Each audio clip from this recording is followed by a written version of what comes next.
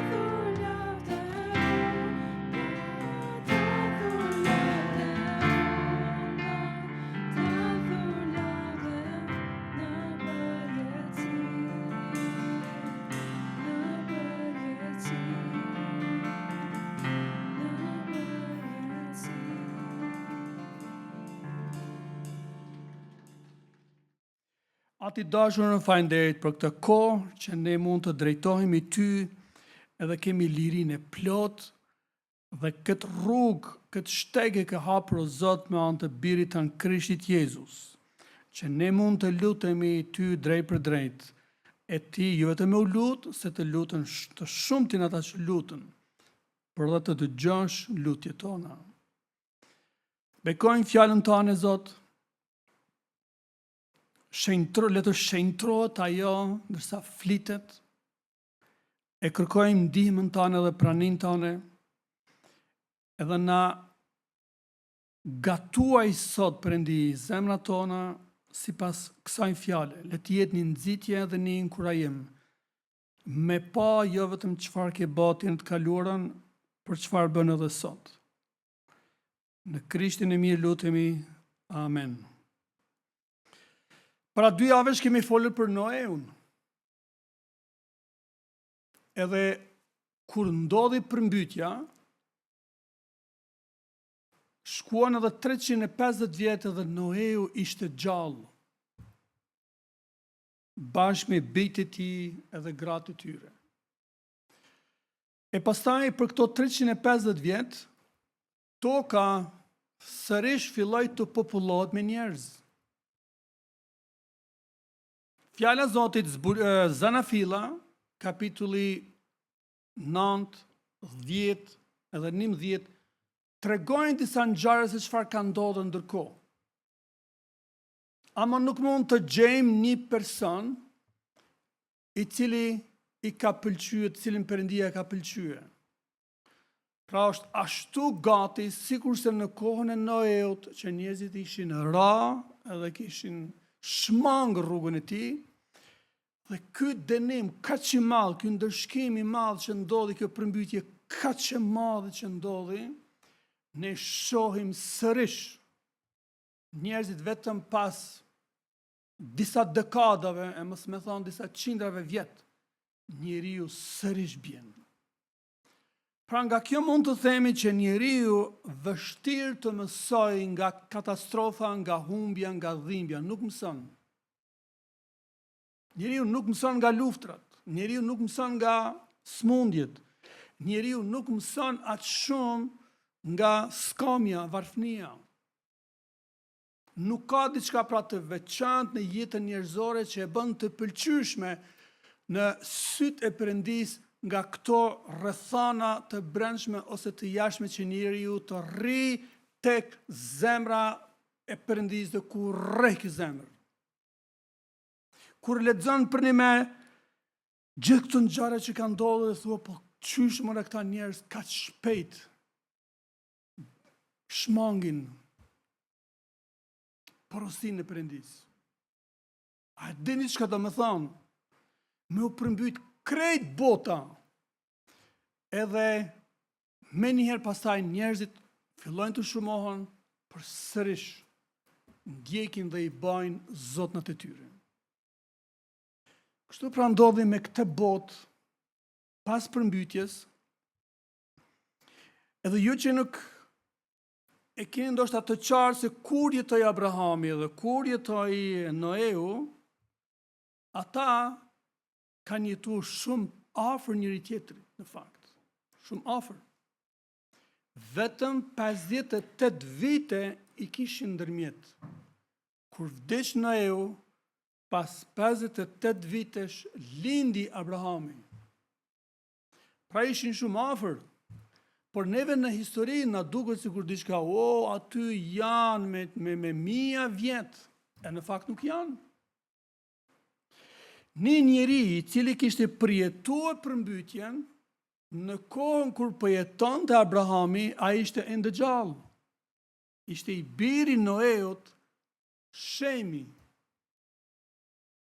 E shpeshherë njerëzit e tjerë, kur kritikojnë Biblën, thonë, po qysh i diti Mojsiu dhe qysh i diti Abrahami dhe këtë tjerë, gjithë këto tregime, gjithë këtë histori për dhjatën e vjetër. E mos harroni se Shemi i cili kishte përjetuar përmbytjen, ishte gjallë kur Abrahami kishte lindur dhe kur ishte rritur dhe ai vdiq shumë më vonë, pas dikun gati 100 vitesh. Pra atje shikoni ka një afërsi kohore. Kur me vitet tona, kur lindi Abrahami? Në vitin 1996 para Krishtit. Pra të themi 2000 vjet. 2000 vjet, për para 2000 vjet, pra i bie tani 4000, sa jemi 25 vjet, 4030 vjet. Më përpara u lind Abrahami. Shohim pra këtë figurë shumë interesante, edhe çfarë Zoti tani po punon, pas dikun 350 vitesh prej Noeut, Abrahami kishte 75 vjet kur Zoti i foli. Fillimisht, le të shohim pak kapitullin 11 për me pa një gjenealogji, një preardhje të Abrahamit. Nga po vjen Abrahami? Pra ju që keni Biblën me vete, Zanafila, kapitullin 11, nga vargu 10 deri në 32, vetëm shkurt me pa gjenealogjin.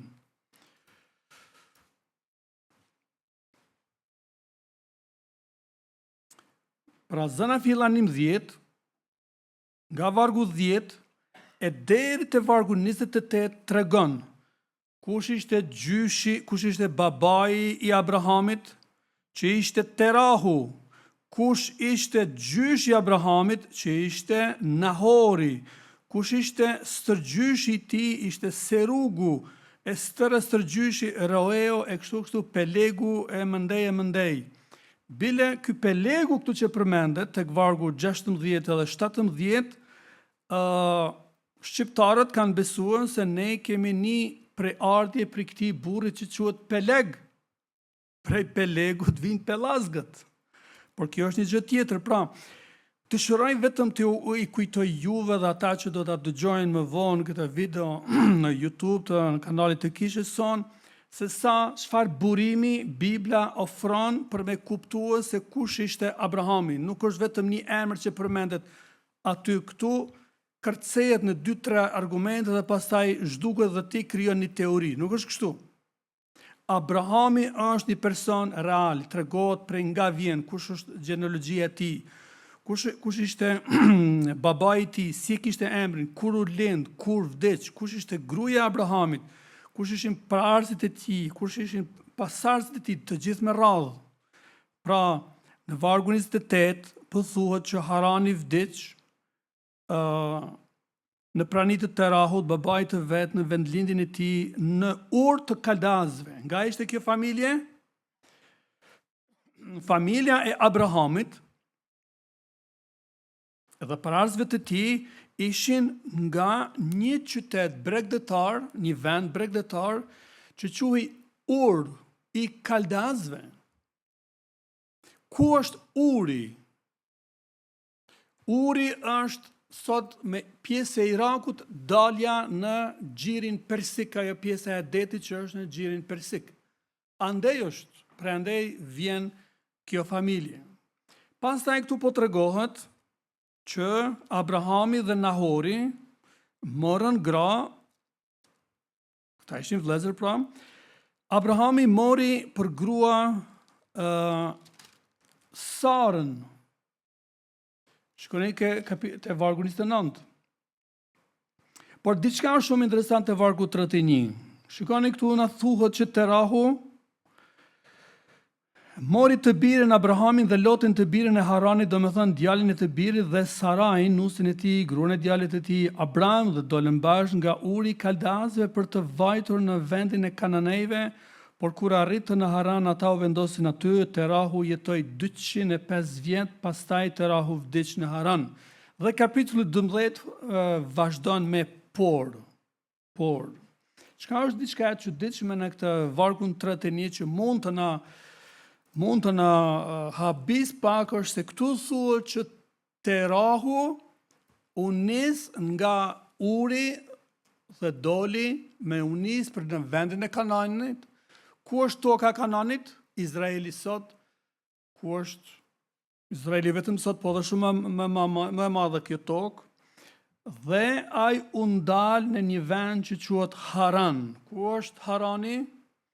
Sot është pjesë e Sirisë.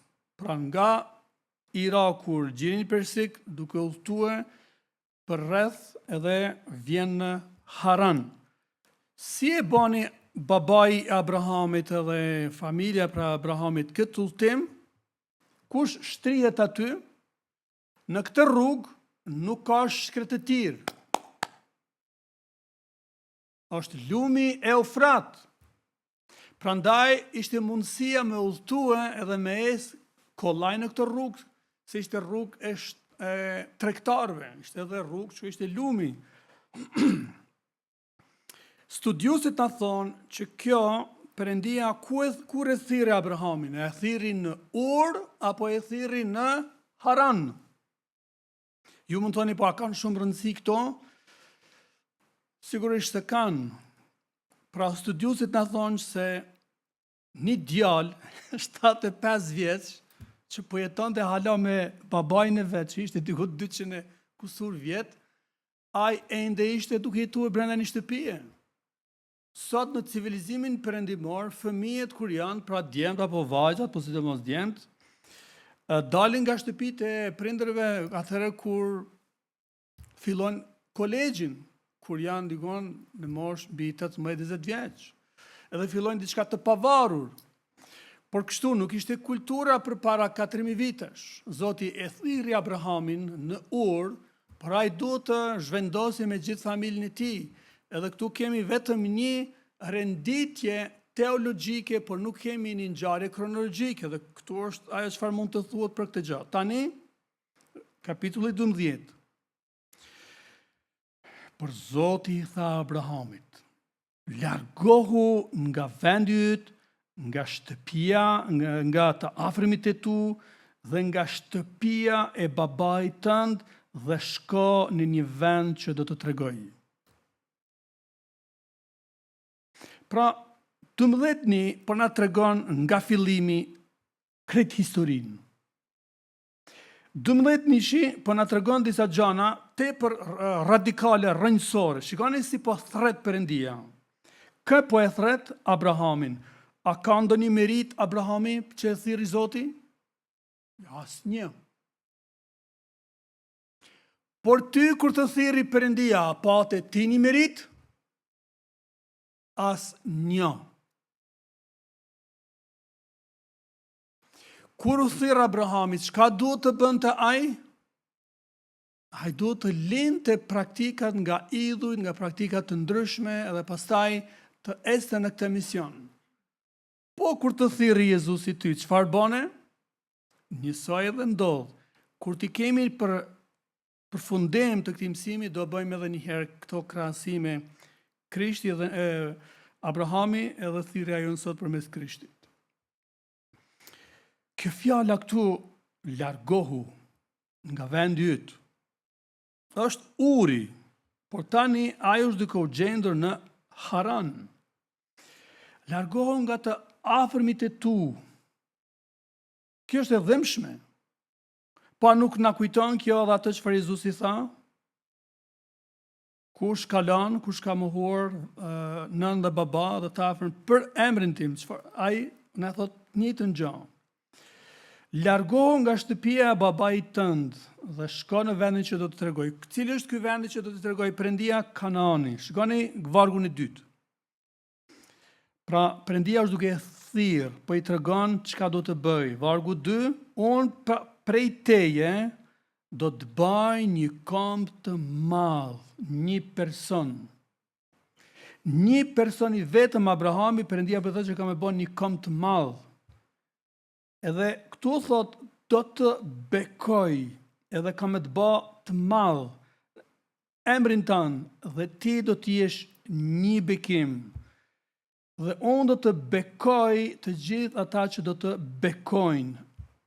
Perëndia këtu shumë të dashur është duke i thënë Abrahamit me fjalë të tjera se unë po t'jap ty 5 premtime.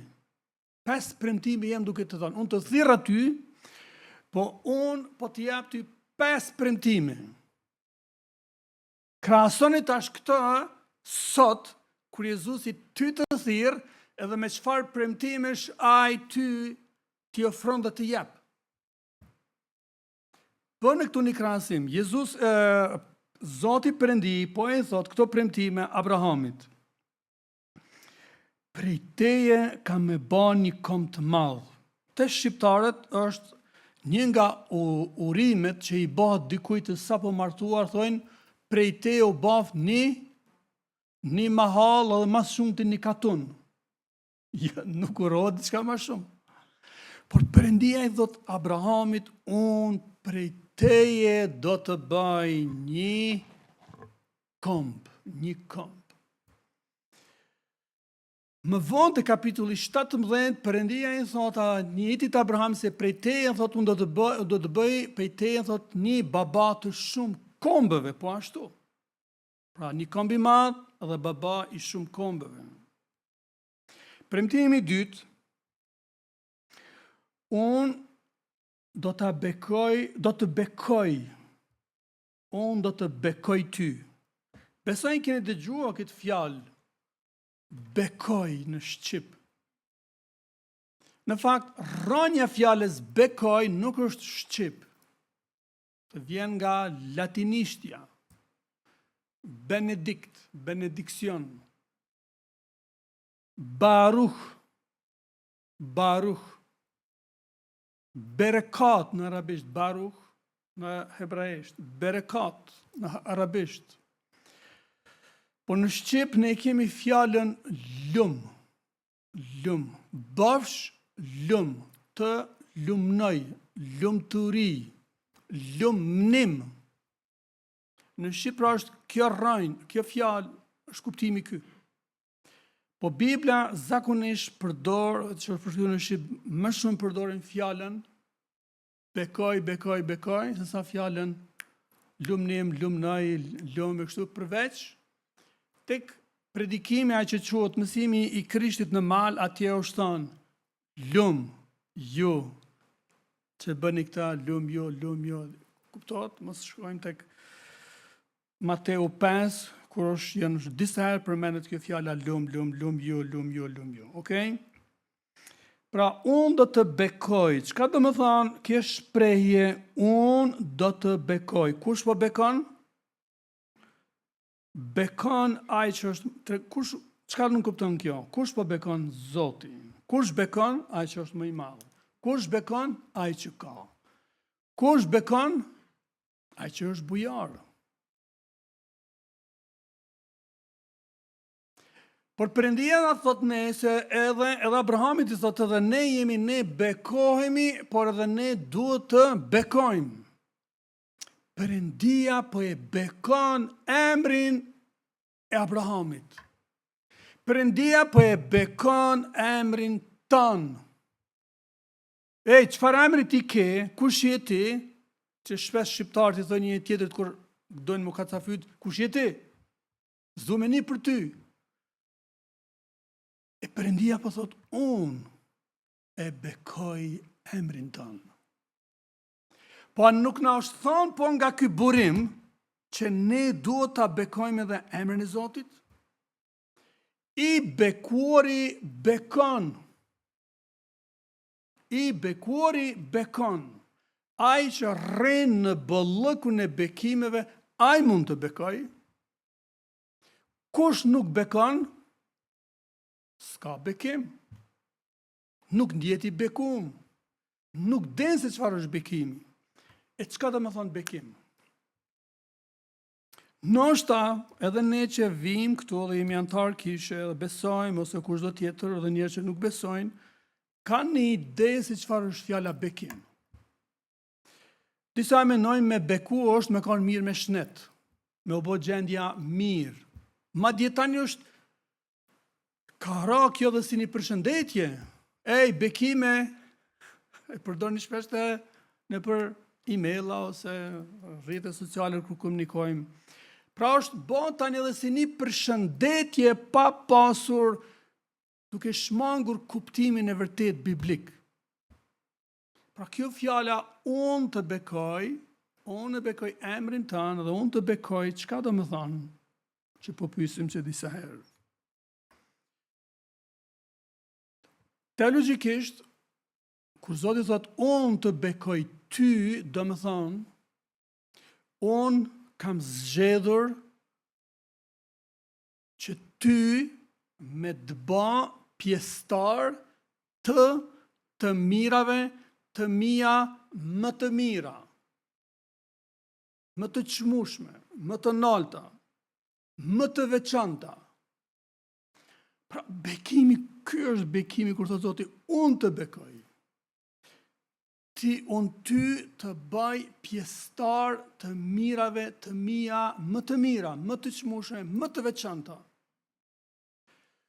Unë të bekoj, do më thonë që unë ty të jap favorin tim, mirësinë time, dritën time, çlirimin tim, shpëtimin tim.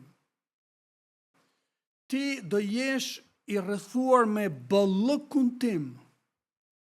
Ky është kuptimi i fjalës të bekoj. Por edhe ne e dini që kemi urdhër që ta bekojnë njëri tjetrin, madje edhe Krishti na ka thënë që bekoni edhe armiqt e juaj dhe mos i mallkoni. E çka do thot kur ne njëri tjetrit i drejtohemi të bekoj? Sepse kur i thua Zotit bekoft, është e qartë, ai është si një lutje, urat, që Perëndia me beku tjetrin. Po kur ne themi tjetrit, unë të bekoj ty, çka do të thonë kjo? Jakobi na ka shpjeguar, çish bujmë i thonë dikujt, ai që kërkon Zotit bekoft, Zotit dhasht, por ne asgjë nuk bëjmë. Unë kur them të bekoj ty, kjo do më thonë, unë po ashtu, unë të zgjedh me të bë pjesëtar të mirave të mia, me nda me ty. Unë zgjedh me pas favor ndaj teje. Shpesh herë në marrëdhënie mes njerëzve, nga një herë, ndoshta edhe në familje, po zakonisht jashtë familjes, si ndërtohen nga një herë në shoqëritë, ka dikush që e ndjen me dhe ushtron këtë favor ndaj tjetrit, dhe të tjerët e hetojnë, edhe pastaj ty nisin me gjykua, po m'duket ti jetu e dasht ma shumë gëzimin. Edhe nuk pe trajton barabart. Barabart është çështje tjetër, por të japësh favor, hir, si Zoti ka dhënë ndaj një personit, a mundet vallë dikush që Perëndin ta sjell në tavolinën apo në karrikën e gjyqtarit apo të gjykuesit? Pse Zoti ka vendosur kështu? Jo, s'mundet asnjë person. Pra, shikoni se çka do të thonë ky bekimi, unë të bekoj edhe unë do ta bëj emrin tënd të madh, edhe premtimi tjetër, ti do të jesh një bekim. Shiko, nuk është vetëm ti të bekohesh, e duke shmangur pjesën tjetër me kanë bekim për tjerët. Kjo është habia më e madhe. Kjo është çudia më e madhe që ndodh nashta në mesin e besimtarëve dhe njerëzve. Pse në Amerikë ka shumë që japin që dhurojnë, japin, sepse janë bekue, edhe plot për tyre nuk janë nështë atë krishterë, por janë mësue me këtë ligj qiellor, janë bekue edhe bekojnë, japin. Ne duket që edhe kur e njohim këtë Zotin e gjallë, na duket ne vetëm të marrim për veten tonë, edhe mos të bekojmë, mos të jemi bekim për të tjerët. E ky nuk është bekim. Si e trajtojmë nga njëherë në dhanjen, si e trajtojmë tjetrin, ne e trajtojmë me gjërat më të vogla që nuk na kushton asgjë. Vetëm Perëndis nuk i kushton asgjë kur ai bekon, sepse krijon gjëra që nuk kanë ekzistuar. Po ne kur bekojmë, neve na kushton. Na kushton nga njerë me sy tanë si një mas, kur jetojmë me sy njerëzor.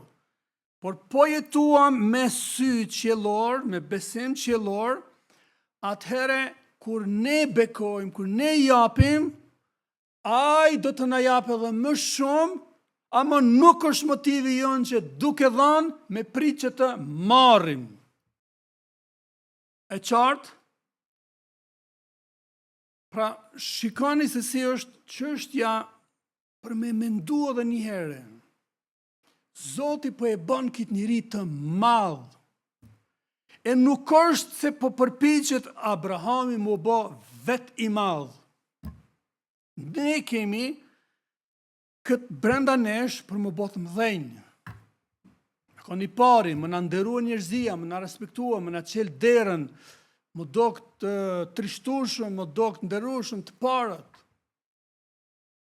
Po kështu nuk është i madhi, kështu nuk je i bekuari, kështu nuk je i bekum. Përkundrazi, Abrahami gati nuk ishte askushi. Pra i Perëndia i thot, unë kam të ba, një kam të madh për te, emrin tin kam e bekue, edhe do të baj që që ti të jesh një bekim për të tjerët. Nëse kjo ishte me Abrahamin, si është sot me ne që jemi në Krishtin, sa jemi ne sot bekim për të tjerët, dhe sa mundohemi ne sot më bë më të mëdhaj për me marrë favore. Kur unë dhe ti kërkojmë me lyp favore, dije që Perëndia ka me të pyet, çka po të vyjnë favoret e mia? Për çfarë i ke? Abrahami nuk është lut për favore, Noeu nuk është lut për favore, as Danieli. Ne nuk shohim shumë nga njerëzit biblik që ata janë lutur për favore o Zot. Bëje kështu, bëje kështu. Jo. Perëndia ka treguar vet hirin e tina, favorin e tina, bekimet e tia e kështu. Dhe unë do të bekoj të gjithë ata që do të bekojnë ishte premtimi 5. Kush do të bekoj ty, unë do t'i bekoj ata. Këto, shumë të dashur, ka një mision të madh në këto 5 premtime për Abrahamin. Do t'jetë bekim për kombet, sepse do të vjen Krishti përmes kësaj linje. Dhe unë do t'i bekoj ata që kanë me të beku e ty, dhe është një paralajmërim i rrept të vazhdimi i vargut, dhe thot, dhe kam i mallkue ata që të mallkojnë. Te ti do të jenë të bekuara tërë familjet e tokës. Premtim tjetër. Unë nuk kam shumë kohë për me e zbërthye edhe me tregue praktikisht se çfarë ndodh sot.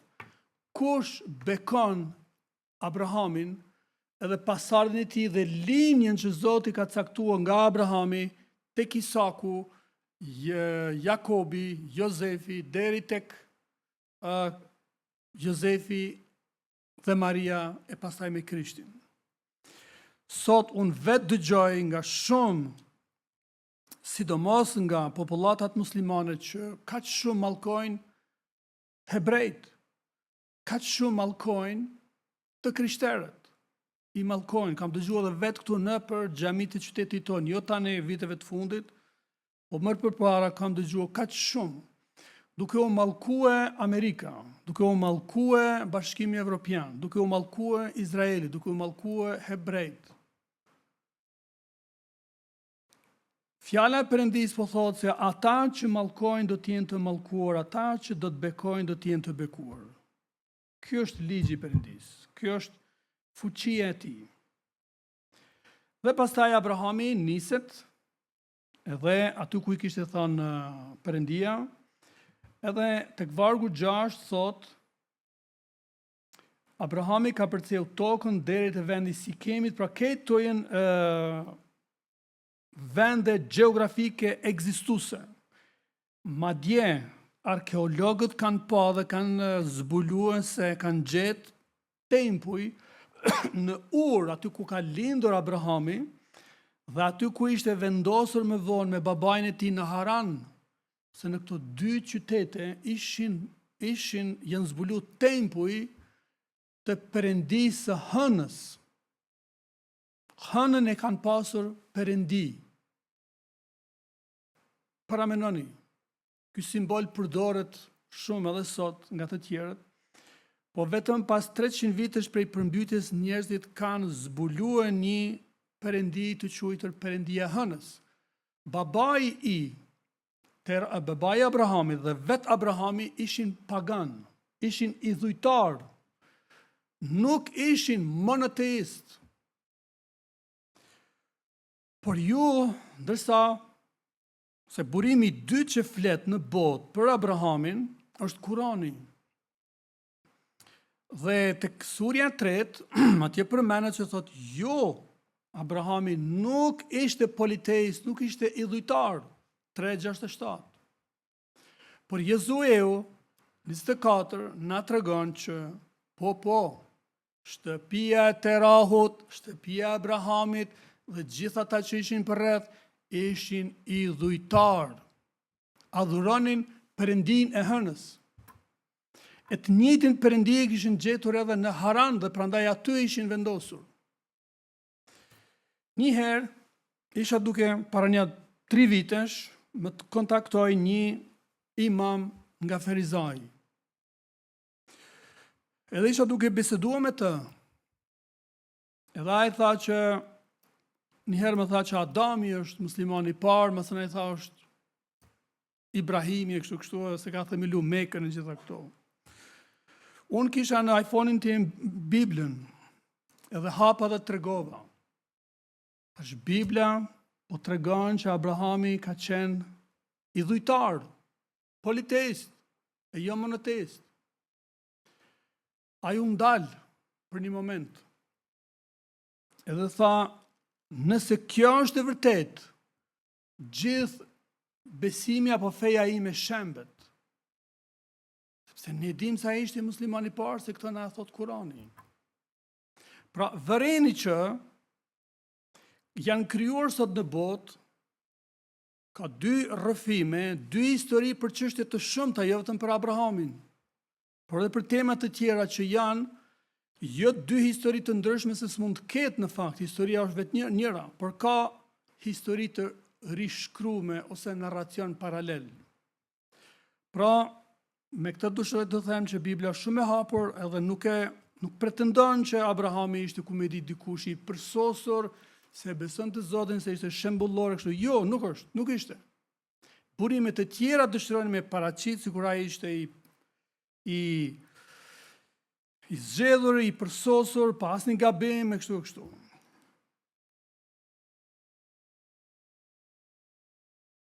Shohim pastaj Abrahamin, që kur lëviz dhe futet në tokën e Kananejve, pra ku është sot pjesa jugore e Sirisë, Libani, Izraeli, pjesa e Jordanisë edhe deri poshtë, në detin e vdekur, atëre Abrahami shëtitën për këto vende, edhe në vargun 7 po thot, atëherë u shfaq Zoti përpara Abrahamit dhe i tha, unë do ta jap këtë vend pasardhës sate. Atëherë Abrahami i ndërtoi aty një altar Zotit që ishte shfaqur. Perëndia që kishte dhënë këto premtime, lëshoja këtë vend, futu këtu, pastaj ai shfaqet në atë vend. Shfaqja e Zotit në këtë vend është një shenjë konfirmimi se unë jam me ty. Shfaqja e Perëndisë në Kanan ishte një shenjë të Zotit se unë po të përcjell në hapat e ty, e tu. A nuk është kështu edhe me ne sot? Soti është me ne. Ai na përcjell në hapat tonë. Nuk është veç me thonë të shko diku atje, edhe pastaj të je i vetëm, nuk je i përcjellur, nuk është një perëndi i tillë.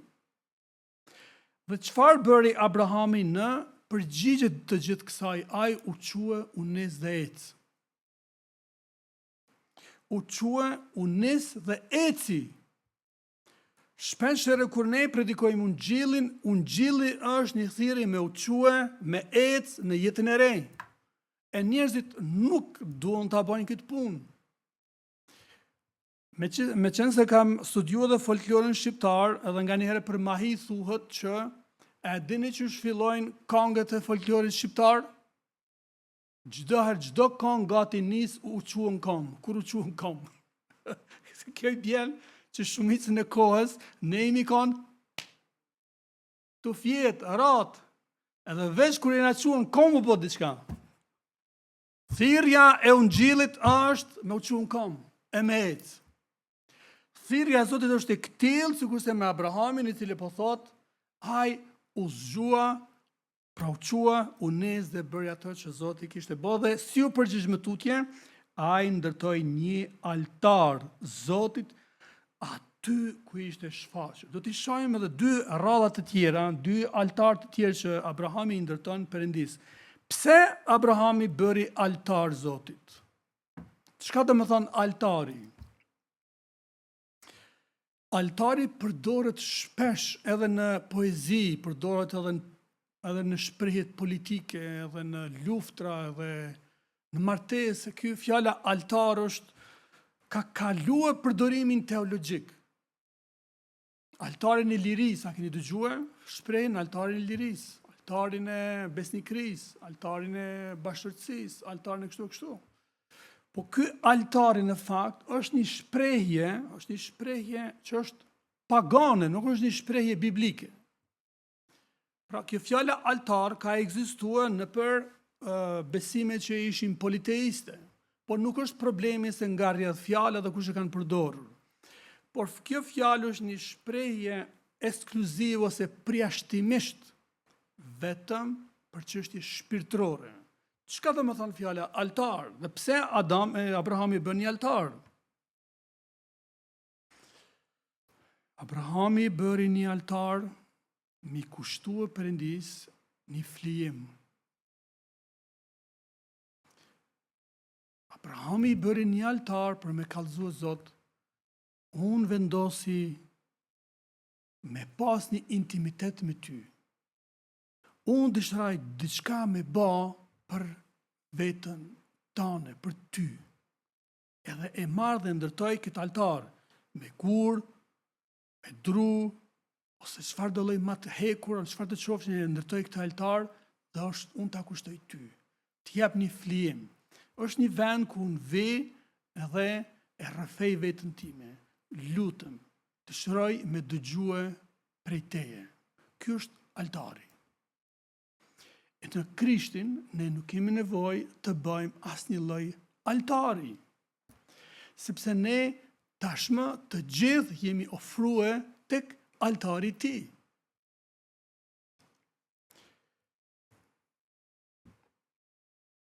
Nëse nuk li vritni, unë kam e zgat hala ose kam boll. Vargu në 8, tash ndron dhe shkon në Betel dhe ai ngriti çadrat e tij duke pasur Betelin në perëndim dhe Ain në lindje dhe ndërtoi aty një altar kushtuar Zotit dhe i bëri thirrje emrit të Zotit. Për herë të parë Abrahami këtu pas gjithë këtyre përvojave ka thirr emrin e Zotit, shikoni dhe e njëjta gjë përmendet edhe te 13:4. Pastaj Abrahami filloi një udhtim duke vazhduar të zhvendoset në drejtim të Negevit, që është më në jug të Izraelit të sotëm.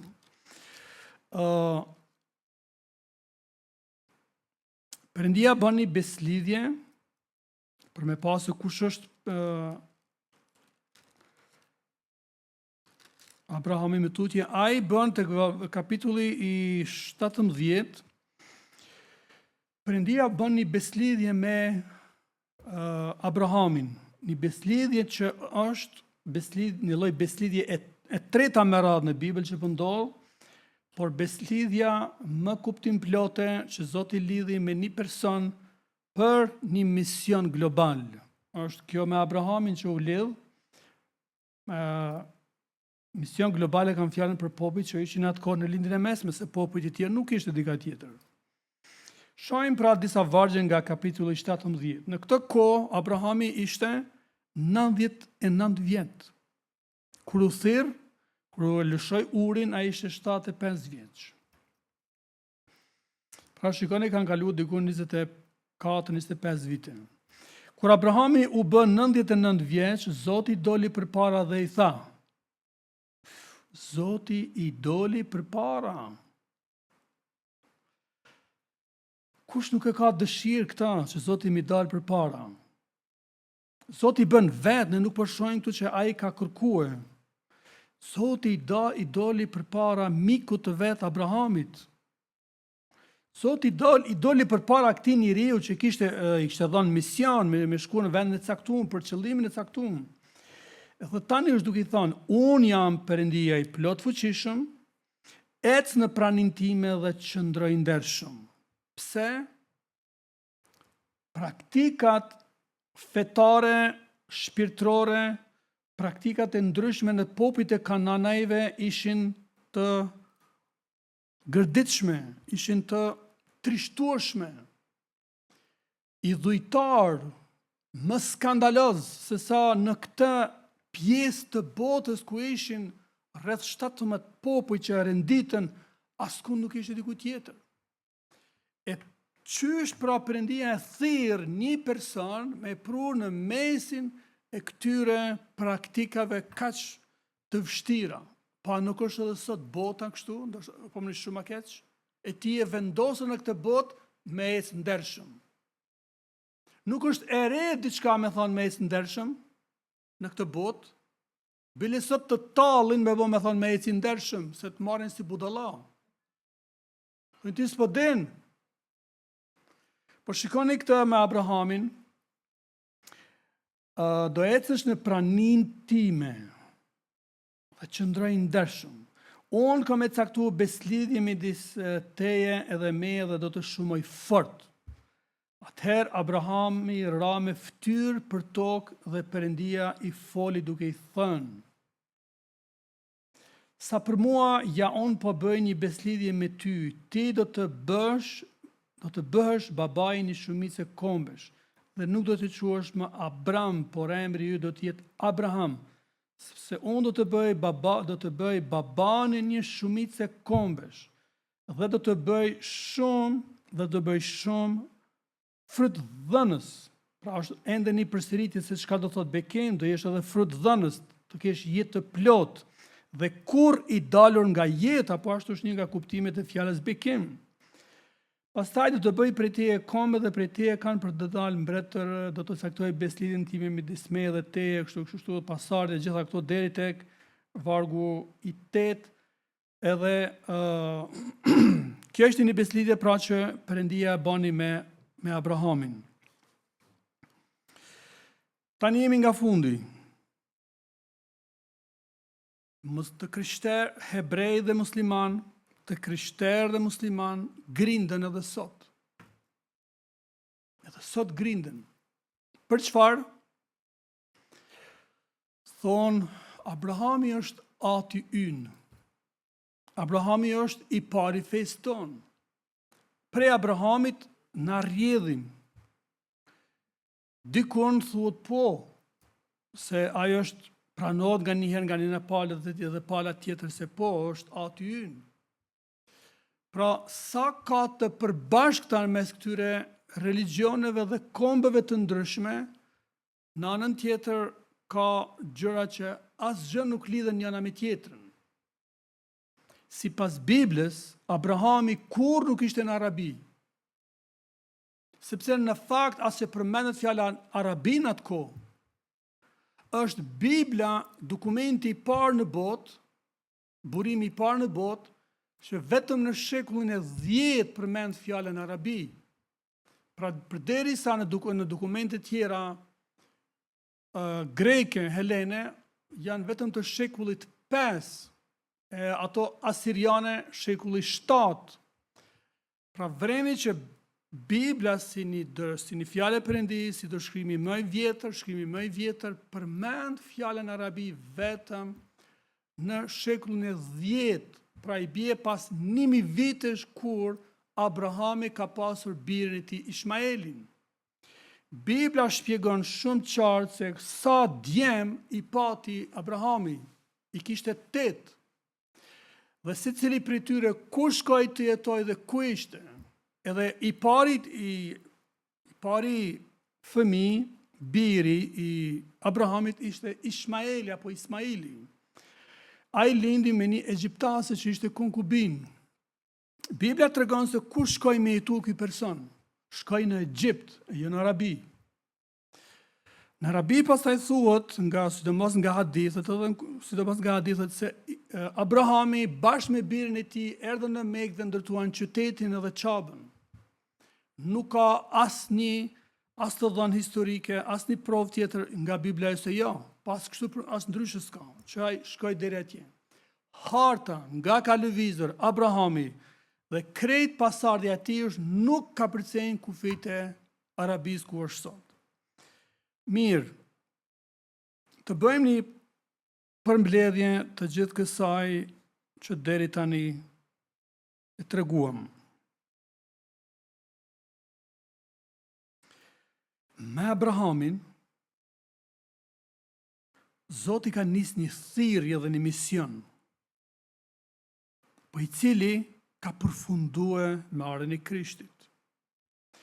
Me Krishtin është një thirrje, po ashtu, sa i tha haj e më ndiq, me Krishtin fillon një mision i ri dhe ai përfundon kur ai do të kthehet vet. Abrahami nuk është varros në Arabi. Varri i Abrahamit, ku edhe sot dihet, është në Hebron. Hebroni dihet se kush është në Izrael. Sot është varri i tij aty në atë shpellë atje në Hebron. Por Krishti nuk ne dim po ashtu ku ishte i varrosur për 3 ditë, po Krishti nuk ka mbetë në varr, ai është ngritur dhe është në qiell, edhe është më i madh se sa Abrahami kur e pyetën dishepujt dhe farisejnë se kush je ti, të thanë se baba ynë është Abrahami. Jezusi i tha, unë jam më i madh se sa Abrahami, unë jam përpara Abrahamit. Unë jam përpara Abrahamit.